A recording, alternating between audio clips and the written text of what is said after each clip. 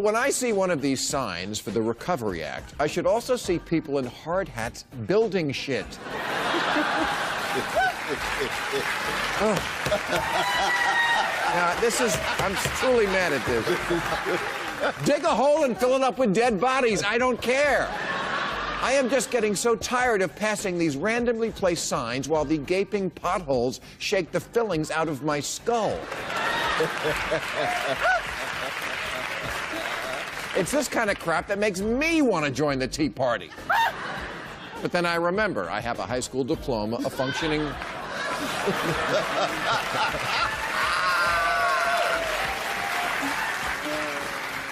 a functioning penis and a black friend.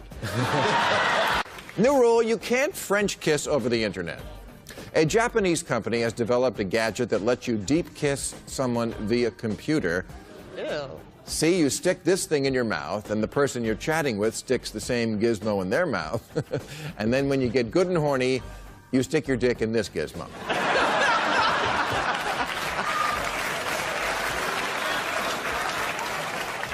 New rule. The next.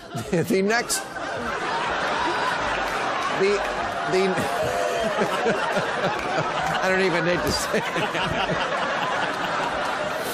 New rule, the next task force on drugs has to figure out what makes Republican women make this face.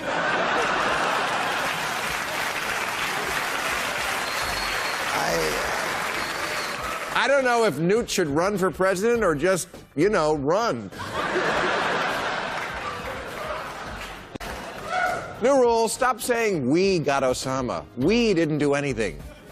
We were watching Celebrity Apprentice and eating Funyuns in our sweatpants. SEAL Team 6 did the killing with money we borrowed from Beijing that our grandchildren will have to pay back. Yeah. So it was a joint Navy SEALs, People's Bank of China grandchildren operation.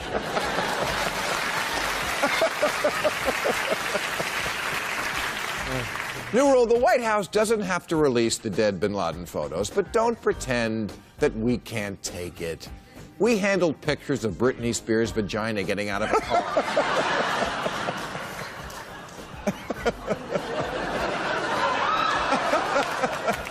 Come on, television has desensitized us to violence, and porn has desensitized us to people getting shot in the eye.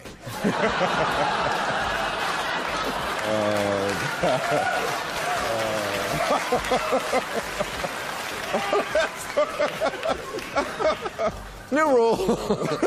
New rule, the Pentagon must apologize to Native Americans for giving such a universally reviled character as Osama bin Laden the codename Geronimo. And admit they should have gone with their second choice, the Donald.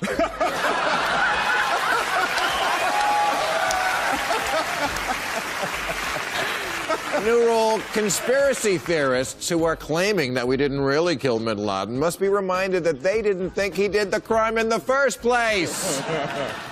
Come on, nutjobs, keep your bullshit straight.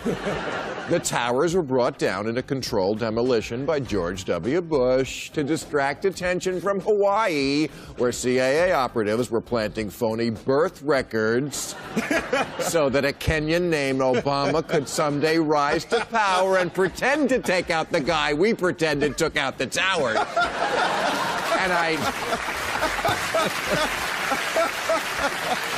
And I know that's true because I just got it in an email from Trump.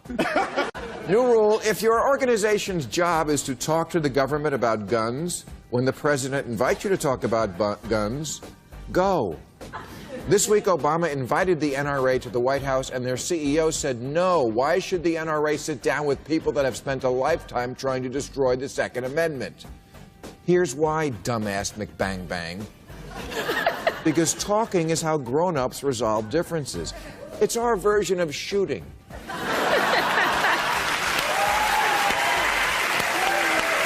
New rule, if you're paying less than $1 for a taco, you can't be shocked that the meat in it isn't really meat.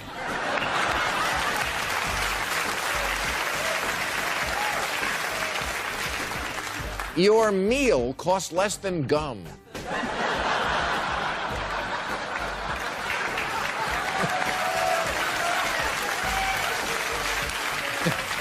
There's a reason taco spelled backwards is, oh, cat.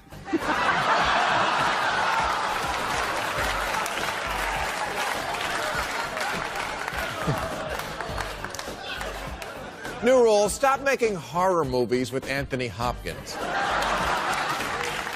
I'm not afraid of any evil I can evade by taking the stairs 2 at a time.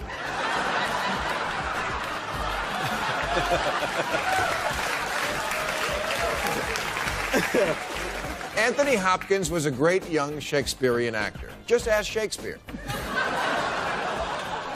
But if I wanted a movie where an 80-year-old made my blood run cold, I'd rent Sex and the City too.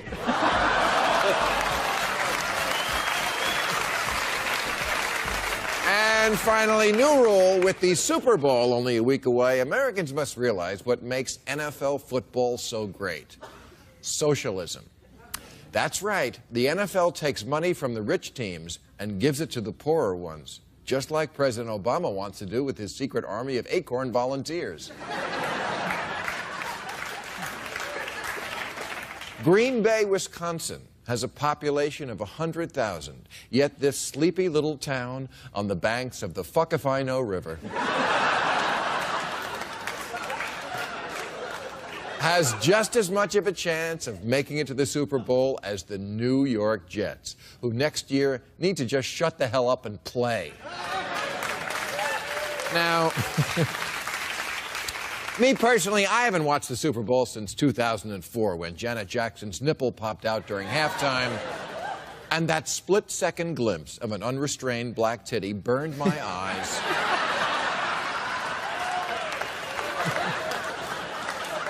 And offended me as a Christian. But I get it. Who doesn't love the spectacle of juiced-up millionaires giving each other brain damage? On a giant flat-screen TV with a picture so real it feels like Ben Roethlisberger is in your living room, grabbing your sister. So it's no surprise that some 100 million Americans will watch the Super Bowl next week. That's 40 million more than go to church on Christmas. Suck on that, Jesus. It's also 85 million more than watch the last game of the World Series. And in that is an economic lesson for America.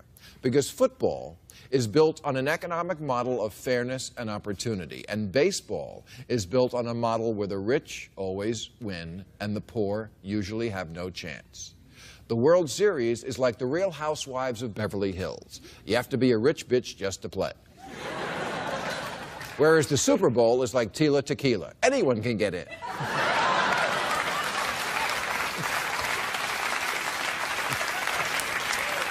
Or to put it another way, football is more like the Democratic philosophy. Democrats don't want to eliminate capitalism or competition, but they would like it if some kids didn't have to go to a crummy school in a rotten neighborhood, while others get to go to a great school, and their dad gets them into Harvard. Because when that happens, achieving the American dream is easy for some and just a fantasy for others.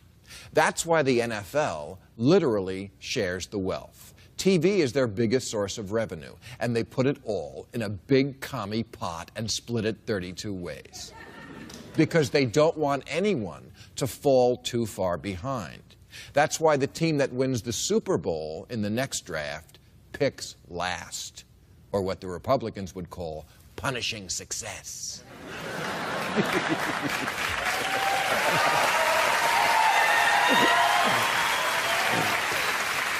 Baseball, on the other hand, is exactly like the Republicans. And I don't just mean it's incredibly boring. I mean their economic theory is every man for himself. The small market Pittsburgh Steelers go to the Super Bowl more than anybody. But the Pittsburgh Pirates? Levi Johnston has sperm that will not grow up and live long enough to see the Pirates in a World Series.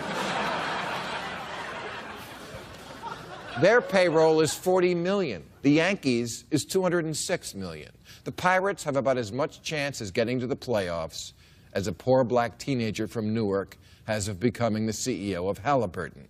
That's why people stop going to Pirate games in May.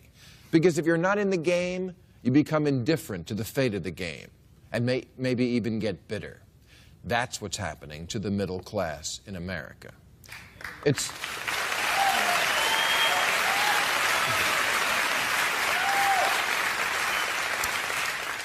also how Marie Antoinette lost her head. So you kind of have to laugh that the same angry white males who hate Obama because he's redistributing wealth just love football, a sport that succeeds because it does just that.